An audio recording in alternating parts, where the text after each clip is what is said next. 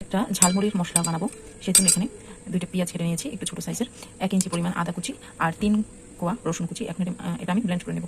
এবার ঝালমুড়ির মশলার জন্য আমি চুলার উপরে একটা কড়াই বসিয়ে দিয়ে দিলাম খানিকটা সর্ষের তেল।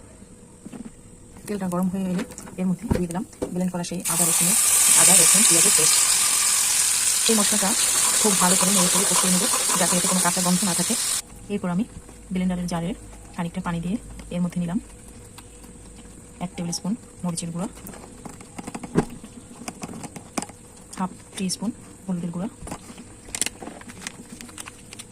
এটা দিচ্ছি ধনিয়ার গুঁড়া হাফ টিস্পুন, আর দিলাম জিরের গুঁড়ো হাফ টিস্পুন। কাঁচা গন্ধটা যাতে এবারে মশলাটা দিয়ে দেবো। মশলাটা ঢেলে বেশ খানিকটা নাড়াচাড়া করবো। আর আমি এর মধ্যে একটা বোম্বাই মরিচ কুচি করে কেটে অ্যাড করে দেবো, যাতে টেস্টটা আরও ভালো আসে, গন্ধটাও ভালো আসে। এবার দিয়ে দেবো এখানে হাফ টিস্পুন লবণ দিয়ে সুন্দর করে কষিয়ে নেবো, একদম ভাজা হওয়া পর্যন্ত কষাবো। এরপর দিয়ে দেবো গরম মশলার গুঁড়া। আমার কাছে গরম মশলার গুঁড়ো একদম কড়াই থেকে গরম মশলার গুঁড়োটা দিয়ে দেবো। গরম মশলা গুঁড়ো দেওয়ার পরে একটা চমৎকার স্মেল এসেছে। এবার আমি বয়ামে উঠিয়ে রাখবো। এই যে মশলাটা এরকম একটা বোতলে রেখেছি। আজকে আমি কম মশলাই করেছি, এরকম রেখে 6 মাস পর্যন্ত খাওয়া যাবে। যাই হোক, আমার তো তাড়াতাড়ি শেষ হয়ে যাবে।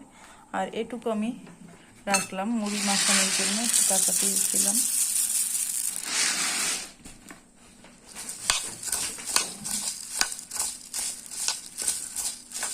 খুব চমৎকার একটা ঘ্রাণ বেরোচ্ছে, মানে একটা সুস্বাদু ঘ্রাণ। বিসমিল্লাহ।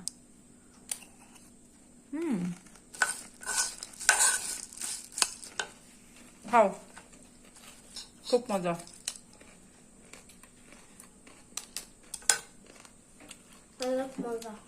অনেক মজা।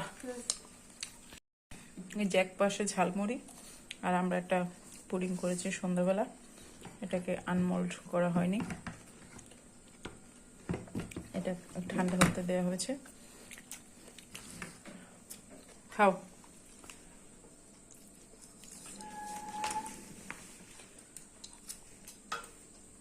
কেমন? মজা? ঝাল লাগে বেশি?